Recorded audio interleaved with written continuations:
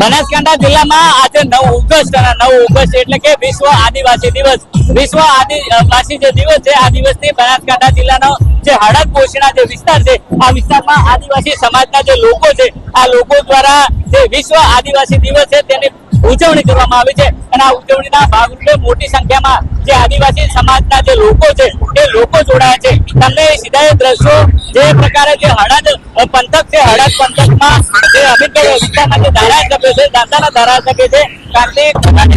જે સમાજના જે આગેવાનો છે, એ આગેવાનો વિશ્વ આદિવાસી જે દિવસ છે આ દિવસની ઉજવણીમાં જોડાયા છે. તમને સીધા દ્રશ્યો જે દાંતાના ધારાસભ્ય કાંતિ ખરાડે ને જે ફૂલ હાથથી જે આગેવાનો છે, આગેવાનો દ્વારા તેમના વધામણા કરવામાં આવે છે અને જે વિશ્વ આદિવાસી દિવસ છે, વિશ્વ આદિવાસી દિવસની ઉજવણી કરવામાં આવી રહી છે. તમને એ સીધા દ્રશ્યો જાહેર માર્ગમાં બતાવી જઈ રહ્યા છે કે જે પ્રકારે જે હળદ પોલીસ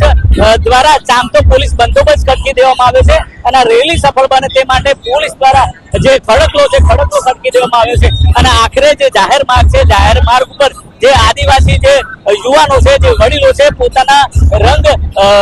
જે વેશ છે તેમાં જોવા મળી રહ્યા છે અને ક્યાંક ને ક્યાંક જે જાહેર માર્ગ છે, જાહેર માર્ગ ઉપર મોટી માત્રામાં જે મેળાવડો છે એ મેળાવડો પણ જોવા મળી રહ્યો છે. કહી શકાય કે સમગ્ર ગુજરાત અને સમગ્ર ભારતમાં જે પ્રકારે જે આદિવાસી વિસ્તાર છે, આદિવાસી વિસ્તારના જે લોકો છે તે લોકો દ્વારા આજે 9 ઓગસ્ટ ને લઈને જે રેલી છે એ રેલી કાઢવામાં આવી છે અને આ જ અનુસંધાનમાં જે બનાસકાંઠા જિલ્લો છે એ બનાસકાંઠા જિલ્લામાં પણ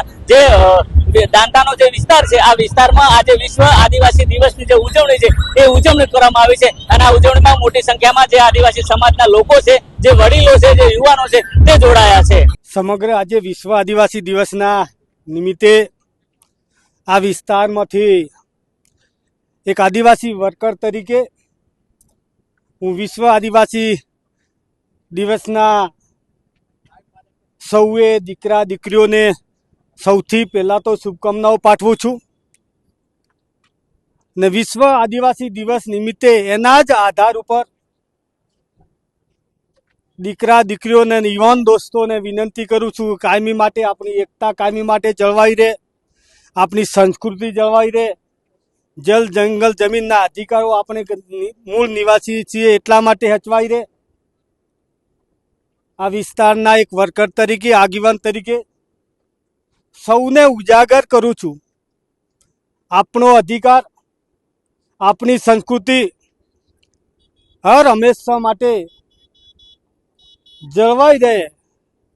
ને જે જગ્યા આદિવાસીઓને હેરાનગતિ જે થઈ રહી છે એ હેરાનગતિના લીધે